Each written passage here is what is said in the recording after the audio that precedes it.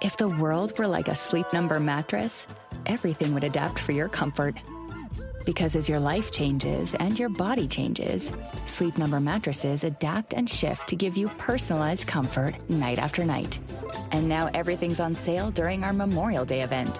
Save up to $1,200 on mattresses for a limited time. To experience a whole new world of comfort, visit a Sleep Number store or go to sleepnumber.com. Sleep Number, to a good life sleep. Our favorite, Kurt Helin, NBC Sports and ProBasketballTalk.com. Kind enough to join us. Kurt, how the heck are you? I'm doing good.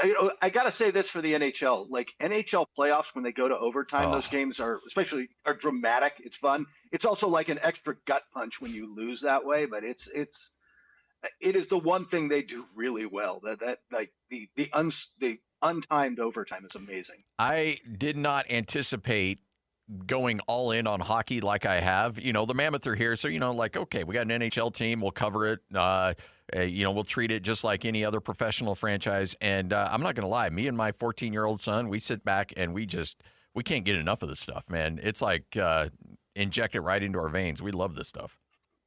Especially if you can get to games. Hockey is a sport, more than basketball, certainly more than football, where it's so much different and so much better live. It is just a great live sport. So are the Denver Nuggets, considering how they played last night and the injuries to Minnesota, are they still alive in this series?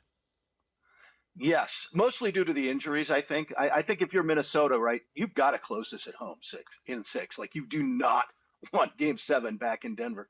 And I think they've got a chance. They Oh, man. Right there, and we lost him. That's good radio. I know. In fact, I'd let it just go hang a little bit, like another second or two. We'll try to get Kurt Helin back on the line. But this Game 6 it's it for Minnesota. If this goes 7, Denver's going to win it. Don't you think? I would think so with the experience. And, the factor is Denver really can now play more like they play. They're not going to be as inhibited defensively without Ant out there. He makes a big difference physically on Murray. And then DiVincenzo, he was just so important to the fabric of their team, making things go, being willing to do all the little things, and then making big shots. So it's going to be really, really tough. The momentum, obviously, at home is going to be the chance you got, and you got to take it. By the way, we are about a week and a half away from the draft lottery. By the way, so we got to be careful about this because the lottery is actually on Mother's Day. And so, I know all you guys want to be dialed into lottery, but, let's not sacrifice any of your marriage responsibilities or your son responsibilities. Hey, hold brunch just 1 second. Just a second. I got to see how these lottery balls line up. I forgot my socks. And you're like, come on. Lock the door. Come on, make the announcement. And then heaven forbid it doesn't go the Jazz way, and then you're in a bad mood the rest of the day. That's not going to sit well. Happy Mother's Day. All right, Kurt Helin back with us. We're talking about the Nuggets. Are they and look, if Minnesota doesn't win Game 6, I think Denver wins this series. I would agree. And I don't know, if you're San Antonio, by the way, are you rooting pretty hard for Minnesota to close this out in 6? Oh, yeah, absolutely. Let's get to them while we can. Exactly. Denver, for all the question marks I've got after this series about their defense and consistency, I don't want to see them especially if I get a hobbled Minnesota team at this point. Yeah, the other factor too is they find a way. Anytime in the playoffs a team fights off elimination like that, it's almost like they get extra life from it. You know what I mean? The Magic Pistons, that's been fascinating. The question all year long, are the Pistons really that good? I think the answer is they beat up on a pretty soft East. Whose leaders are really struggling in the playoffs. What do you make of the Magic Pistons series? Two things. Let's give the Magic some credit for, they kind of got healthy, but this is the best basketball they've played all season. They have come together. Jalen Suggs is such a glue piece for that team, and things are coming together. And that said, their offense is stunk in this series still. It's just that Detroit, all the things we talked about all season long, and Coach, I know you probably talked about this too. They don't have enough secondary shot creating. I'm worried about their shooting. They just bully people and score inside, and that works great during the regular season. And then you get into the playoffs against a team with legitimate size and physicality that can match you. And not every team could in this situation, but they got one who could.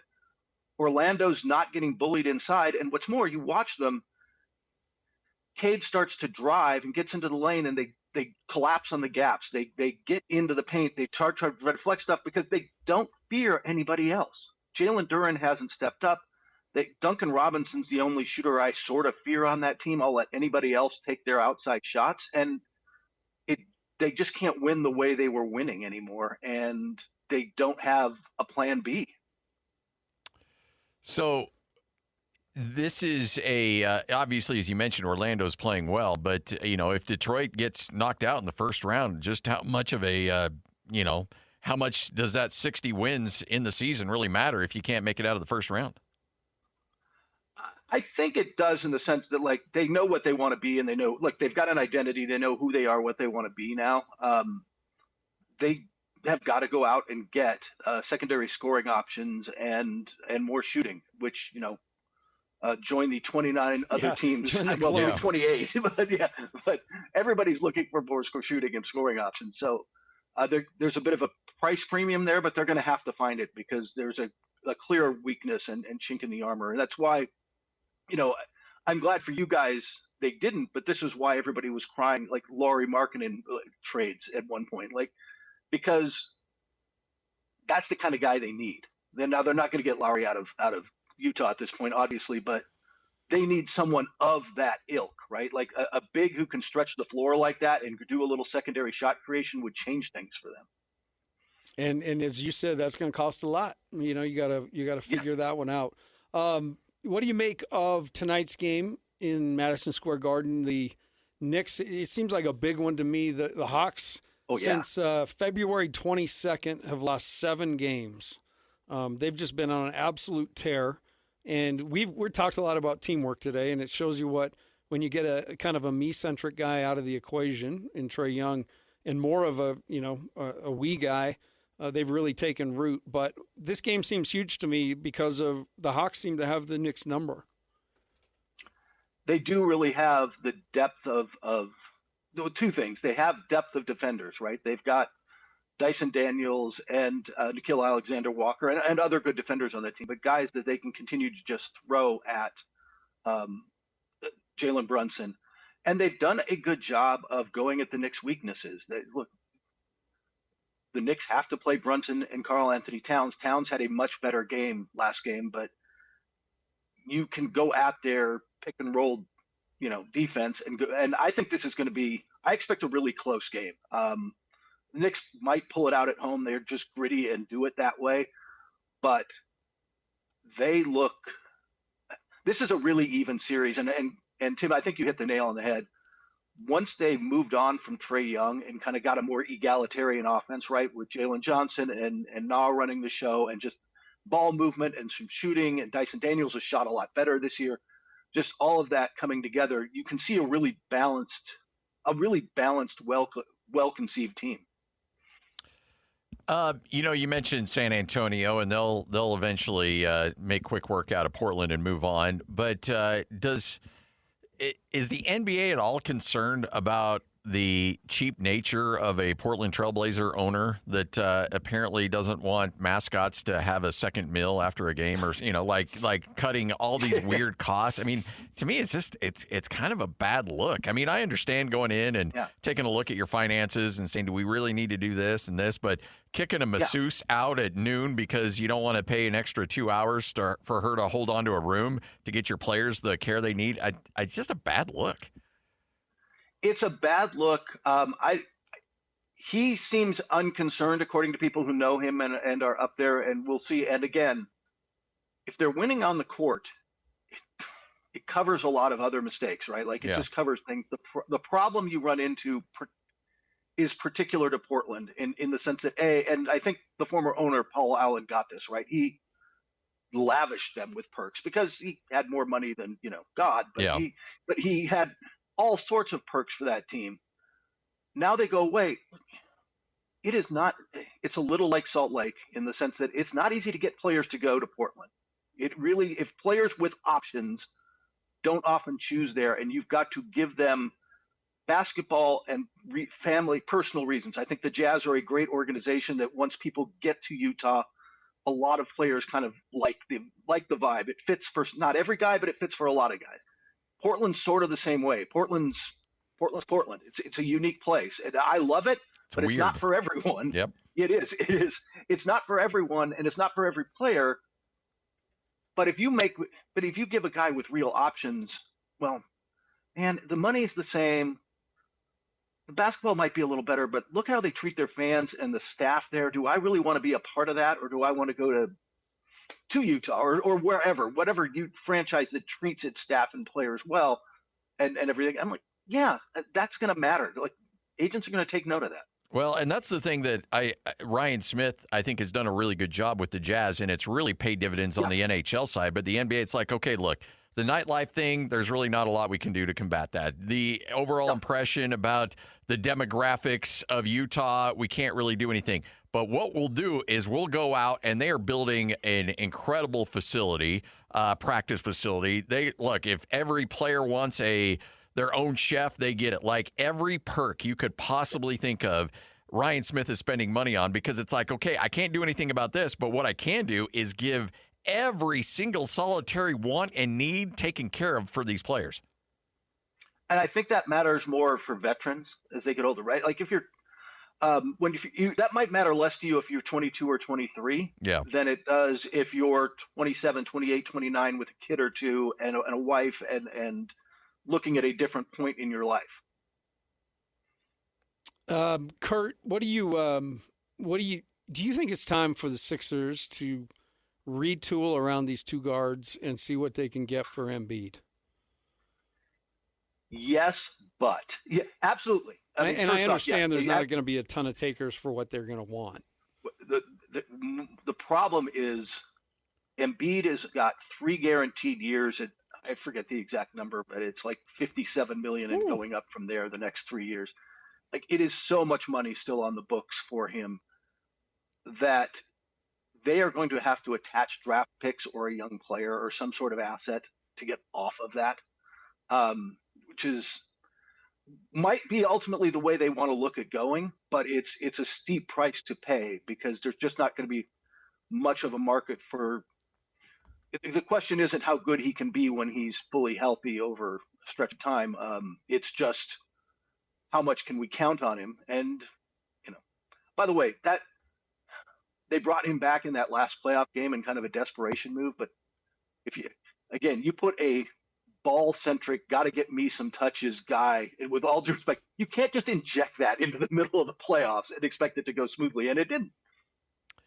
How much is the NBA just kind of waiting on bated breath on how bad this gambling thing is going to be? I know Damon Jones pled guilty. He's the first one to plead guilty, which means he probably turned a little state's evidence. So I know this is kind of the tip of the iceberg on what's going to be coming down the pipeline. How concerned is the NBA about the fallout of this one? Well, come on. It's not like they're in bed with the gambling companies. No. No. By the way, this story brought to you by DraftKings. Sorry. Yeah, exactly. Says the guy who's, works for a company that does the same thing. Yeah. The league is concerned. I mean, it is a concern, and it's an ongoing concern because I think you're going to start to bring in a younger generation of players who are more used to this. They are expecting to, they grew up with DraftKings and making, I'm sure not till they were 18. Oh, sure. Yeah. But making bets, even if it wasn't on basketball, they were making bets on football, college football games they were watching with their buddies or NFL or whatever, right? That culture as it moves into the NBA is going to be challenging. And I think they realize that, and they are concerned about it. The answers may be bigger than just the NBA and frankly, professional sports. Like, this is more of a societal question that we're starting to come up on with especially with the Kalshi and Poly market and those types of services. What's your take on can the Spurs can they leapfrog and do it this year? I mean, they certainly stacked up against the Thunder well in the regular season, but the playoffs are different. And, or is there a learning curve for them? Well, I believe there is a learning curve in general. If there was one team that was going to just jump that, it might be them. They do match up really well. They would have to shoot lights out in that series. That series is going to be, let's be frank, with all due respect to how good I think Boston is, that's your NBA Finals. If that's the Western Conference Finals, that's your NBA Finals.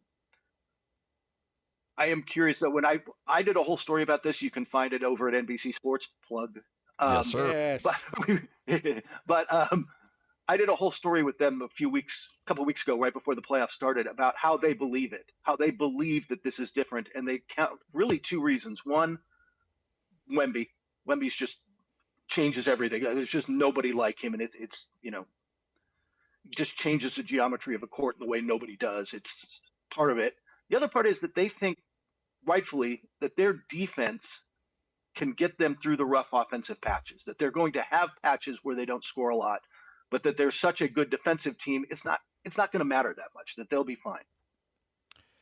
Kurt Helin, NBC Sports and ProBasketballTalk.com, joining us as he does every week. All right, so Kurt, I know you're a voter. You know my feelings on this, that, look, Cooper Flagg's going to get all the awards. I wanted Con just to get this one. Look, let Con have this one. Did you vote for my guy Con? Because I feel bad for the guy, because this is the only chance he had to best Cooper in anything in his career. Yeah, you don't think the former roommates are texting about that? Yeah, exactly. I did vote for Con. I'm among the group who thought, and it was close, by the way. I think it was 56-44 for first place. Look, you nailed it. Cooper Flagg is the best player out of this class. Frankly, I think Dylan Harper is going to be second within a couple of years, if not first. But I thought Con had the better year, lifting. Charlotte's not in the playoffs without him. He played meaningful minutes, put up this incredibly efficient shooting number. So look, I think two things hurt him. One was he faded just a little the last couple of weeks of the season, and Flagg went out and dropped that 51 and had a couple of huge games. The other thing was the ballots came out late this year because of before the play-ins. Usually you have to vote before the play-in started. That didn't happen this year because they were adjudicating the whole Cade Cunningham, Luka Doncic, availability thing. So you got to see a couple of play-in games before that, and Con struggled in both play-in games really, but really struggled. And some voters apparently said that influenced them, and it's interesting because I was like, I don't want to say it didn't make me think about that, but I wasn't going to go back in and change my vote or my mind on it because it's supposed to be a regular season award, but it looks like some people did. So, Kurt, the Lakers, where are your thoughts on them in terms of you get Austin Reeves back healthy? They very quietly have had a nice start to the playoffs. This isn't a team that's going to go much further than this, though, right? No. Look, this is a really impressive first-round win, especially considering, granted, Houston's without Kevin Durant, and they're off, much like we were talking about Detroit earlier, like their offensive flaws have become so magnified in the cauldron of the playoffs. That said, LeBron James has been, jumped in the hot tub time machine and turned back time a little bit, has looked fantastic. Luke Kennard and Marcus Smart have been great, stepped up. Even DeAndre Ayton's played well until he gets thrown out of a game. They get Austin back, and even next series they might get Luka back. So that means even if they got Luka back for the whole series, they maybe can steal two from the Thunder, but they're about to run into the juggernaut, and the OKC is just deeper and better. We're about 10 days away or 12 from learning the positioning of draft for the NBA this year. What are you hearing at the top? Is AJ DeMontis still kind of trending as that top pick in the circles you're in? Yeah, I'm largely hearing him number one. I think it'll come down a little bit to just who gets it and what their front office thinks. There are certainly some Peterson fans out there who I don't want to say write this year off because he showed flashes of it, but think the injuries and the cramping and stuff was temporary. And I think especially if he goes in and has great interviews, and I believe he's doing workouts. So assuming he has good workouts for whoever lands up top. I don't want to say it can't happen. I'll just say AJ is, of the people I talk to, he's on the top of pretty much every board, because pretty much the same ceiling or close to, depending on, again, how you grade them out, but close to the same ceiling, but not the floor, not the concerns that Peterson had after this season. So I expect he'll go number one, but you never know. So I know some select members of the media get invited every year to the actual lottery. Yeah. Have you ever been involved in that before? No, I've never actually gone back east for the actual lottery. We had somebody go a couple of years in a row, and how should I put this? It's not the most non-televised, media-friendly event. Like, if you're there as a reporter, you just don't get a lot of time. You don't get exclusives. You don't.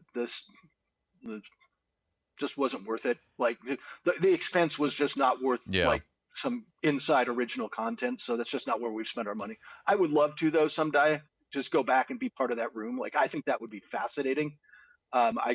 I've never done it. Well, I'm just saying, if NBC Sports decided to make that happen, we might go halfsies on it and then send you with a bunch of lottery balls that actually have the Jazz combination in them. If you could just kind of quietly just kind of sneak them into the pot. It's like the Jazz's odds suddenly dramatically improve because all their numbered balls are if we can move that 12% to maybe like 80%, and even then I'm sure the Jazz will still fall 4 spots. But I mean, it's amazing how much of the acceleration of this organization, which took some great steps with Jaren Jackson and that trade. But, look, if they somehow get that number 1 pick, they get AJ, jerseys are going to sell here like crazy, and this franchise makes a giant leap forward. It's just, this draft just signifies so much of what a lot of teams are hoping for in their, ability to rebuild on the fly and get to where they want to be.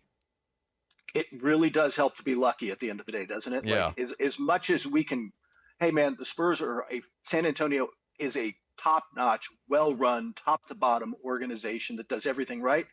They also won the dang lottery. Like, and they got lottery odds that gave them Dylan Harper and Victor Wembanyama. Like, you've got to get a little bit lucky. The Jazz deserve that luck, but I'll add this for the concerned Jazz fans out there.